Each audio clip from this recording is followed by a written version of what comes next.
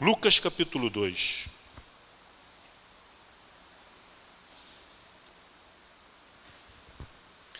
Naqueles dias foi publicado um decreto de César Augusto, o César da época, convocando toda a população do império para recensear-se. Não só de Israel, não, mas de todo o Império Romano, para recensear-se.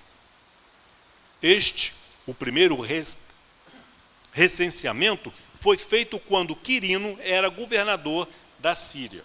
Um dado histórico aqui, para que os historiadores possam se localizar na história e ter uma ideia de quando mais ou menos aconteceu esse censo.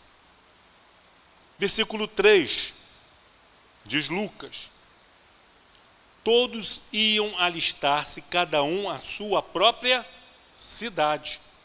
José estava em Nazaré, mas ele era de Belém. Então ele precisava sair de Nazaré para ir para Belém. Versículo 4. José também subiu da Galileia, da região da Galileia, da cidade de Nazaré, e foi para Judéia, cidade de Davi, porque José era descendente de Davi. O Messias tinha que ser da descendência de Davi.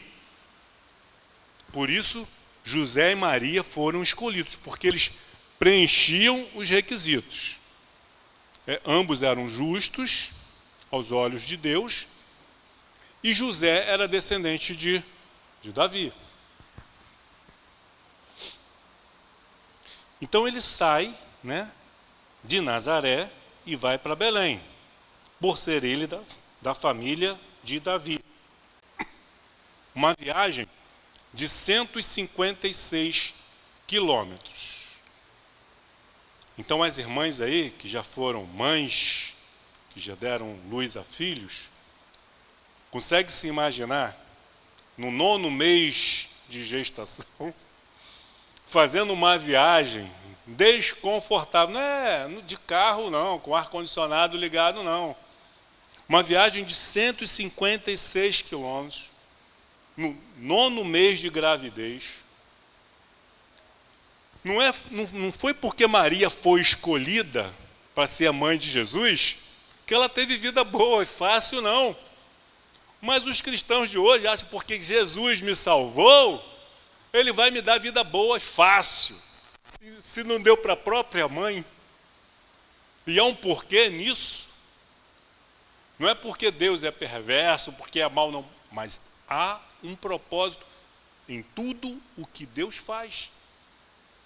E o propósito é sempre, no final, o nosso bem.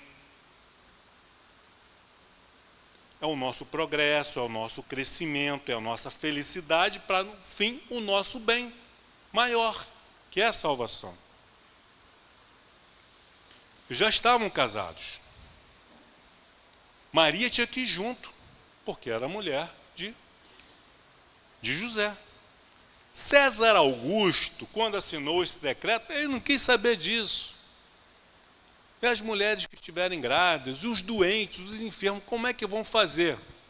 Problema deles. Eu sou César, eu decretei. Mal sabia ele que esse decreto, por trás desse decreto, estava a mão de Deus, estava a direção de Deus. Porque se não fosse por esse decreto, o que não poderia acontecer de maneira alguma, mas se não fosse esse decreto, teoricamente, Jesus não teria nascido em Belém, teria nascido em Nazaré, e a palavra de Deus não iria se cumprir.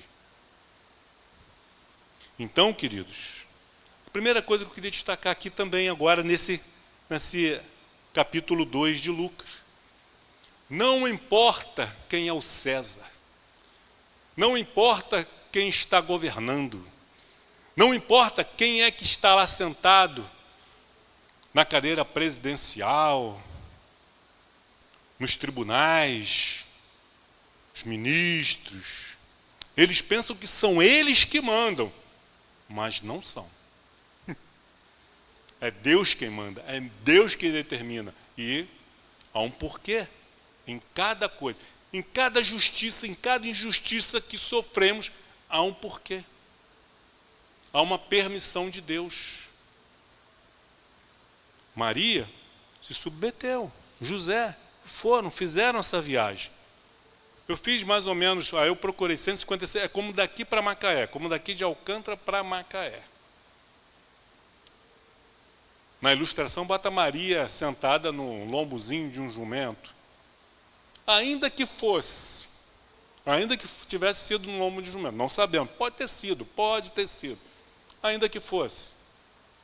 Para uma mulher no 9º mês de gestação,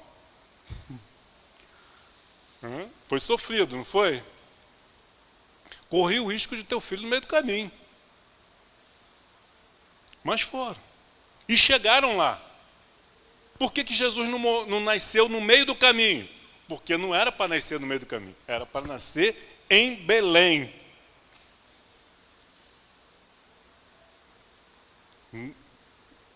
Nem próximo. Para nascer em Belém. Para que a palavra de Deus se cumprisse. E foi. Versículo 5, a fim de alistar-se com Maria, sua esposa, que estava grávida. Estando ali, chegaram. Procuraram acomodações. Mas Belém, que era uma aldeia, não era uma cidade, era uma aldeia pequena, que não tinha nem 1000 habitantes, segundo historiadores, os arqueólogos. Eles dizem que era na época de Jesus, que Jesus nasceu, era uma aldeia pequena, que não tinha nem 1000 habitantes. Então não tinha tantas casas assim. Não era uma cidade turística como é hoje. Né? A figura de Jesus não era explorada comercialmente como é hoje. Lá em Israel, eles não creem em Jesus, mas eles se aproveitam do nome de Jesus. Eles recebem cristãos do mundo todo. Aí você vai lá em Belém, lá tem, foi aqui nessa gruta que Jesus nasceu. Será que foi ele mesmo? Mas eles dizem que foi, porque isso gera comércio, turismo, dinheiro, e assim fazem em todo Israel. Turismo, comércio.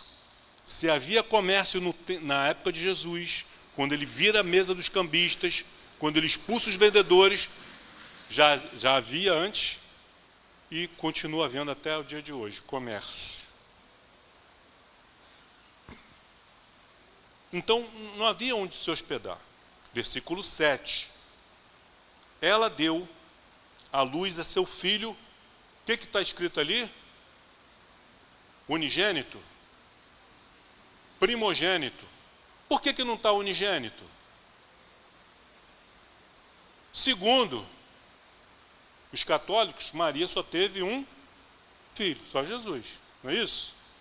Então ele não é primogênito, ele é unigênito. Se a Bíblia bota Jesus como primogênito, é porque ela teve outros filhos. Pelo menos mais um ela teve. E pela palavra de Deus, nós sabemos que só de filhos homens ela teve mais 4.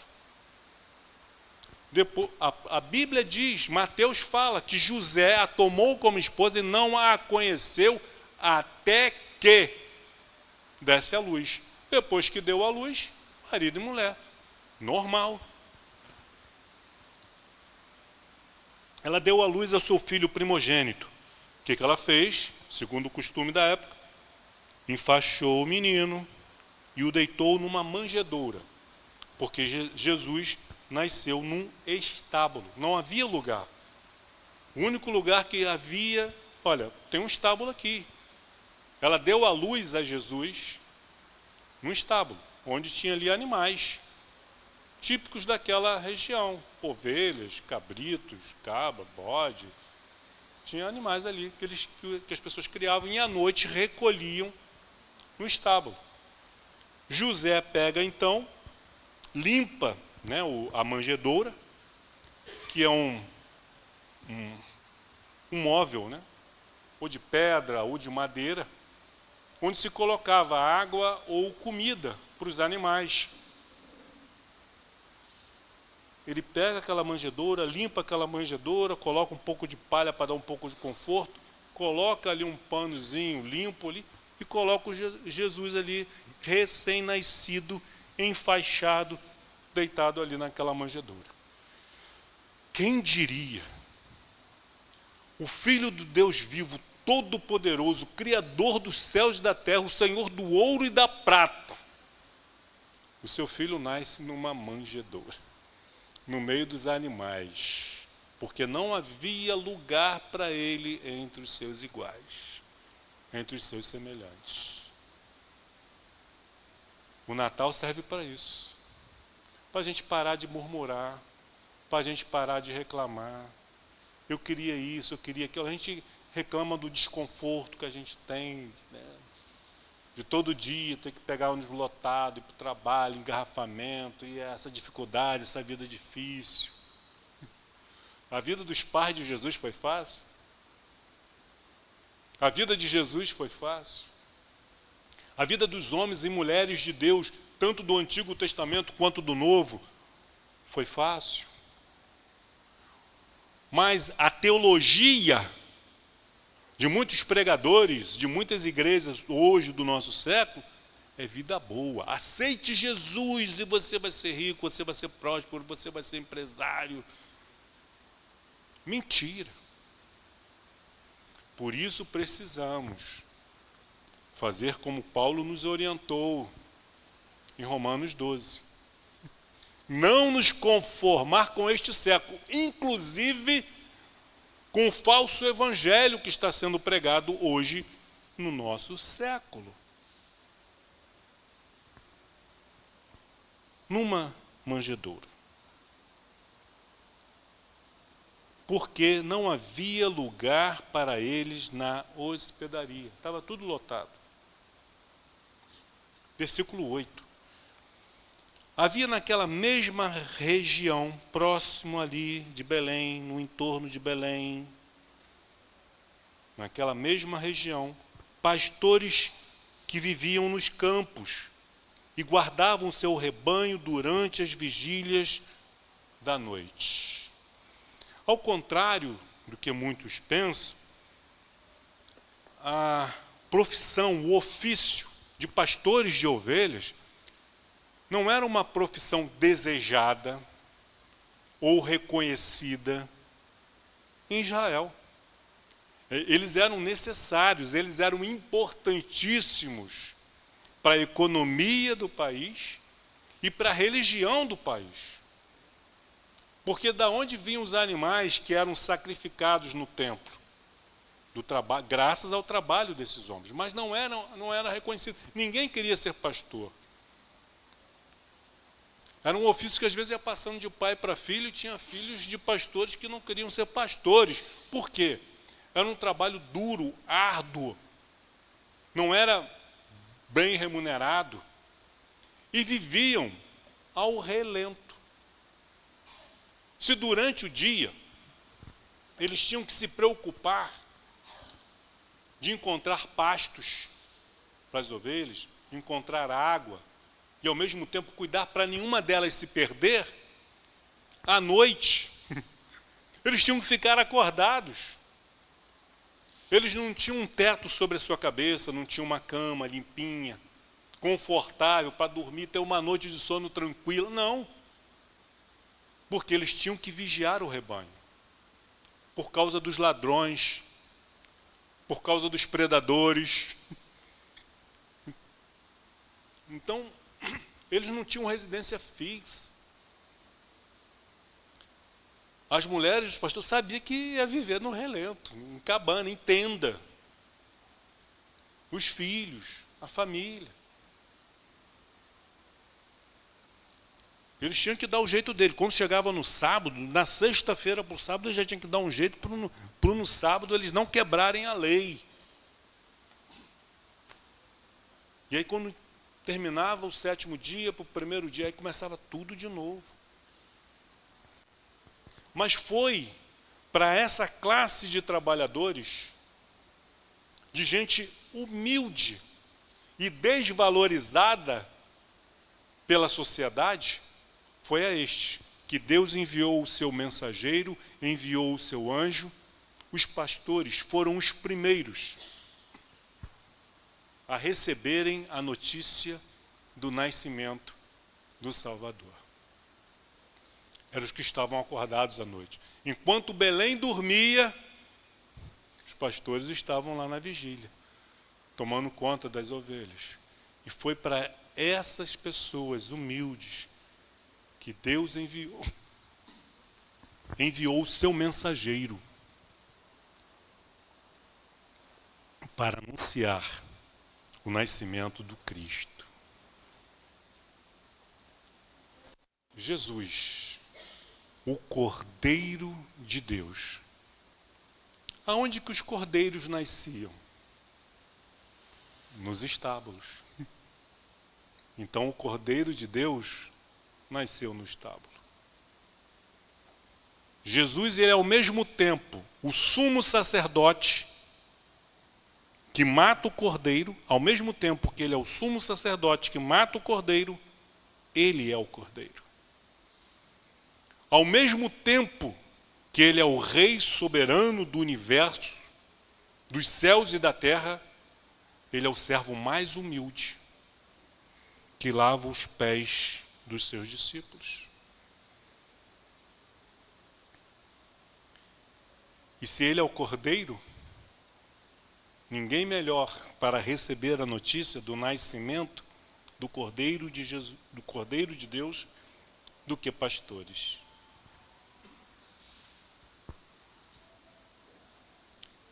Versículo 8.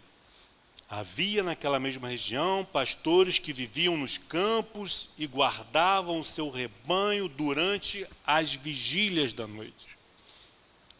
4 vigílias. A primeira, das 6 até as 9. Segunda vigília, das 9 até a meia-noite. Segunda vigília, da meia-noite às 3 da manhã. Quarta e última vigília, das 3 às 6, quando o dia nascia. Então eles tinham ali, eles se revezavam. Olha, eu vou trabalhar, deixa as ovelhas por minha conta na primeira vigília. Eu vou tomar conta delas, eu vou vigiar. Os outros vão dormir, trabalharam o dia inteiro. No fim da primeira vigília, revezava, trocava. Em suas vigílias, durante as vigílias da noite. Aí surge o que? De repente, no meio da noite, não sabemos se foi na primeira vigília, segunda, terceira ou quarta vigília. A palavra não nos informa. Versículo 9. E um anjo do Senhor desceu aonde eles estavam. E o que aconteceu? A glória do Senhor brilhou ao redor deles. Os anjos, seres espirituais, criados por Deus, poderosíssimos, mas eles não fazem nada sem o mandato, sem a determinação de Deus. Se esse anjo do Senhor desceu aonde os pastores estavam para anunciar o nascimento de Cristo, esse anjo estava em obediência a Deus. Não foi uma brilhante ideia que ele teve. Vou lá, está vendo aqueles pastores? Eu vou lá anunciar que Jesus nasceu, e foi. Não. Se ele foi porque Deus mandou. E o significado da palavra anjo, no grego, ângelos, é mensageiro. É isso. O que são os anjos? São os mensageiros. Nós vemos na palavra de Deus, sempre que os anjos falou com Abraão, falou com Isaac, Jacó, falou com os profetas, eles levavam o que com eles? Uma mensagem de Deus, não uma mensagem deles, mas uma mensagem de Deus. Eles eram os mensageiros, eram os arautos. E por isso que em Apocalipse, os pastores das igrejas, das 7 igrejas do Apocalipse, são descritos como mensageiros. Por que os pastores nada são além de quê? Mensageiros de Deus, transmitindo a mensagem de Deus, não a deles, não a mensagem da denominação, não da doutrina que eles seguem, mas a mensagem de Deus. E quando nós trazemos um anjo, né, um homem, ele leva a mensagem de Deus, a glória do Senhor se manifesta. A glória de Deus se revela. Esse anjo lhe disse, versículo 9. E a glória do Senhor brilhou ao redor deles, e ficaram tomados de quê? Grande temor. Eles sentiram o mesmo temor que Isaías e Ezequiel sentiram quando viram o Senhor. Qualquer um de nós aqui, você que está sentado aí nessa cadeira, eu que estou aqui em pé, se houver uma manifestação de Deus aqui nesse momento, todo mundo vai tremer, vai ficar com medo. Ou você acha que não vai? Vamos ficar com medo, sim. Muitas vezes Deus se manifestou para Israel, durante os seus 40 anos que peregrinaram pelo deserto, e trouxe uma palavra boa, abençoadora. Houve palavras duras, palavras de condenação. Então eles temeram, ficaram com medo, porque eles não sabiam o que isso significava. Ficaram tomados de temor. Por quê? Eram pecadores como nós, como você e eu. E aí o anjo, versículo 10, o anjo, porém, lhes disse: não temais, eis aqui vos trago boa nova de grande alegria. Não é uma boa nova, olha, o teu salário vai dobrar. Seria de grande alegria para muitos aqui, com certeza. Mas é de grande alegria porque não é de algo, porque o salário pode dobrar hoje e você ser demitido daqui a 3, 6 meses. Mas essa grande alegria aqui revelada pelo anjo não é algo somente para agora, para hoje, mas para toda a eternidade. É algo que ninguém pode tirar de você, pode te roubar. A ferrugem não come, o ladrão não escava e não rouba. Não tem como.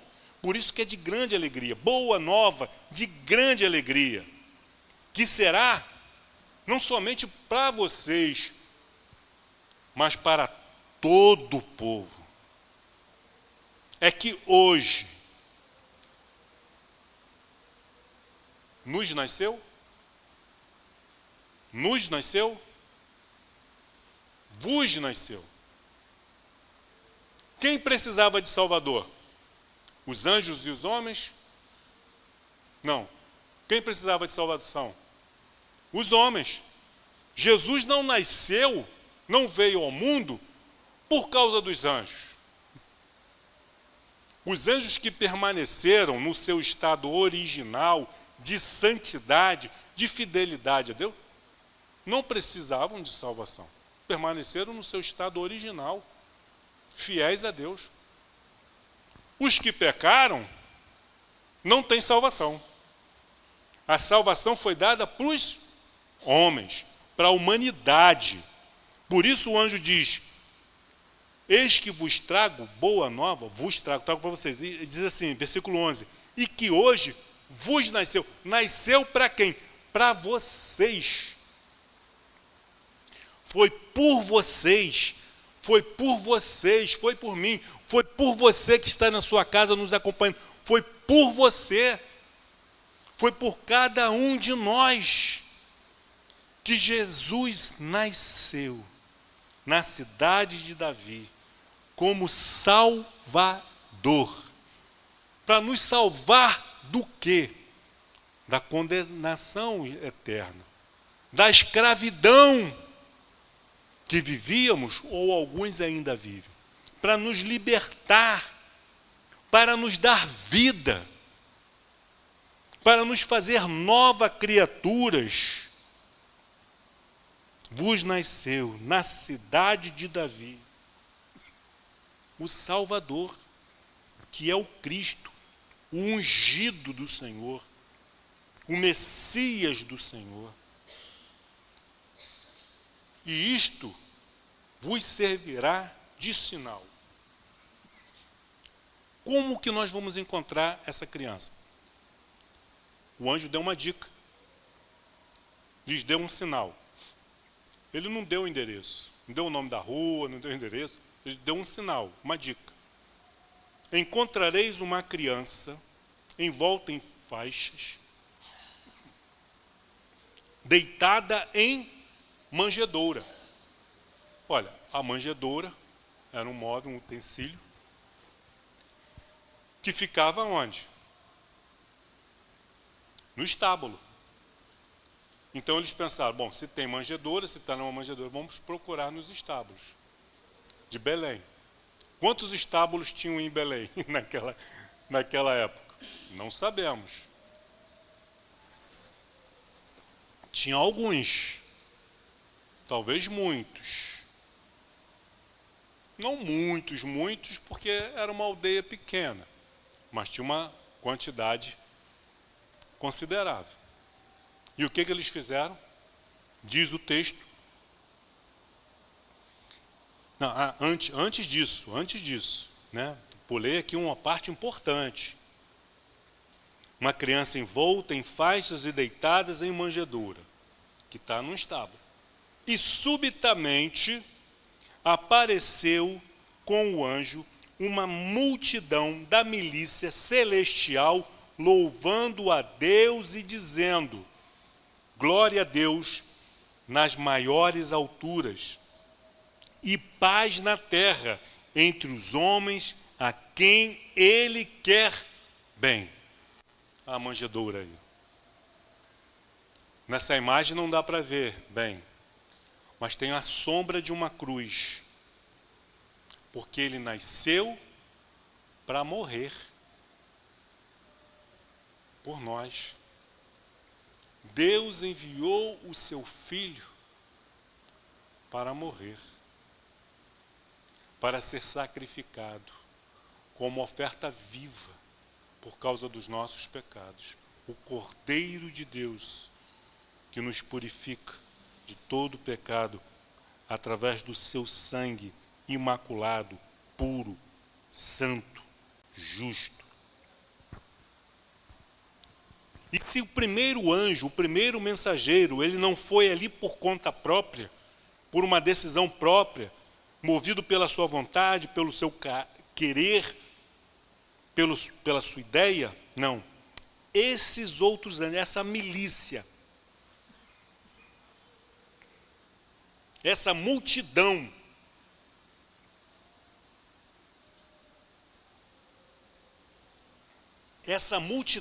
da milícia celestial, é para dar uma ideia, é que ali estava todas as categorias, toda a hierarquia dos anjos, dos maiores aos menores. Uma multidão composta, né, por todos. Toda a milícia celestial, todos os seres angelicais que nos céus adoram ao Senhor dia e noite. E o que essa multidão da milícia celestial cantava? Louvando a Deus e dizendo: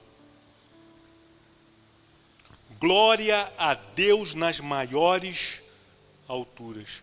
Os anjos estão louvando a Deus, glorificando a Deus, não pelo que Deus está fazendo por eles, porque eles não tinham necessidade disso, mas pelo que Deus está fazendo pela humanidade. Deus manifestando a sua graça e a sua misericórdia pelos homens pecadores. Esses anjos testemunharam todas as atrocidades, todo o mal que a humanidade veio fazendo. E eles começaram a louvar e glorificar a Deus por ver materializado naquele bebê naquela criança recém-nascida o amor de Deus, a bondade de Deus, a graça de Deus, a misericórdia materializada. Deus não amou apenas de palavras, não de boca, eu te amo, mas de verdade. De verdade. Glória a Deus nas maiores alturas, exaltado seja o Senhor. E paz na terra, entre os homens a quem Ele quer bem. Os anjos não questionaram, como é que pode Deus querer bem do homem? Não questionaram. Eles simplesmente adoraram, louvaram o Senhor pela demonstração de tão grande amor e paz na terra entre os homens a quem Deus quer o bem. Deus não quer o seu mal. Deus quer o seu bem. Nem que para isso Ele tenha que te corrigir, Ele tenha que te repreender, Ele tenha que dizer não para nós, porque Ele nos ama. O pai que não ama, está nem aí, não quer saber com quem que o filho está andando, o que está fazendo, deixando de fazer, desde que não me crie problema, porque também se criar problema vai ver. Não. Deus se importa com você, ainda que você ache que não, por causa dos seus problemas, por causa das suas dificuldades. Maria podia ter pensado isso. Pô, se Deus me amasse, não teria feito eu sair lá de Nazaré, fazer essa viagem de 156 quilômetros até Belém, no 9º mês de gestação. E nós, por muito menos, murmuramos, reclamamos. Ah, é difícil servir a Deus. Difícil é morrer sem Jesus.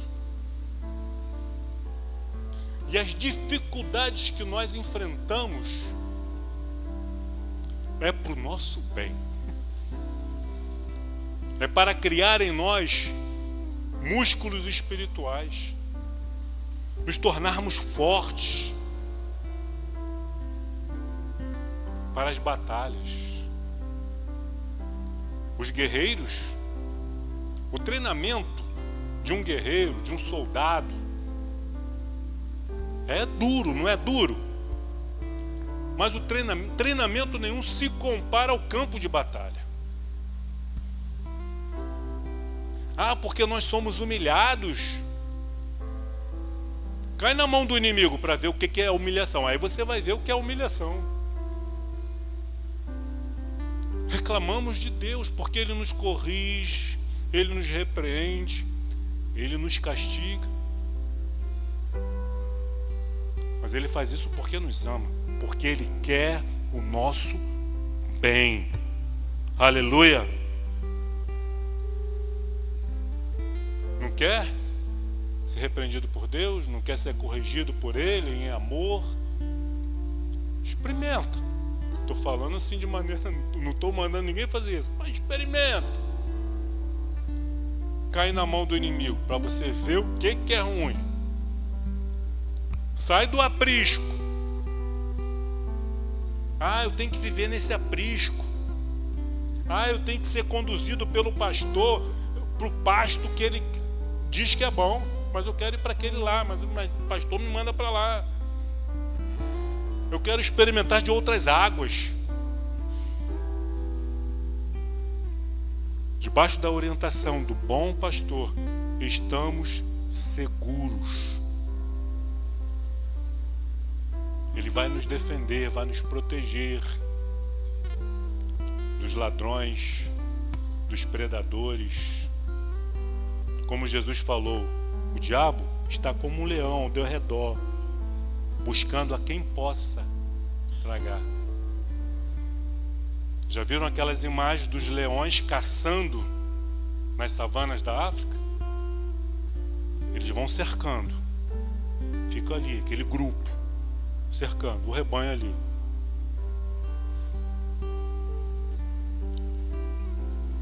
E aí tem um que se mostra, que se revela. E aqueles animais não correm na outra direção, sem saber que lá já tem outros leões esperando por ele. Tem sempre um que está meio distraídozinho, né? O rebanho está ali reunido, tem sempre um que levanta a cabeça, olha para um lado, olha para o outro. Mas tem sempre um meio bobinho que foge ali e fica... E aí são esses os que dançam, que vira jantar dos leões. Glória a Deus nas maiores alturas e paz na terra entre os homens a quem Ele quer bem.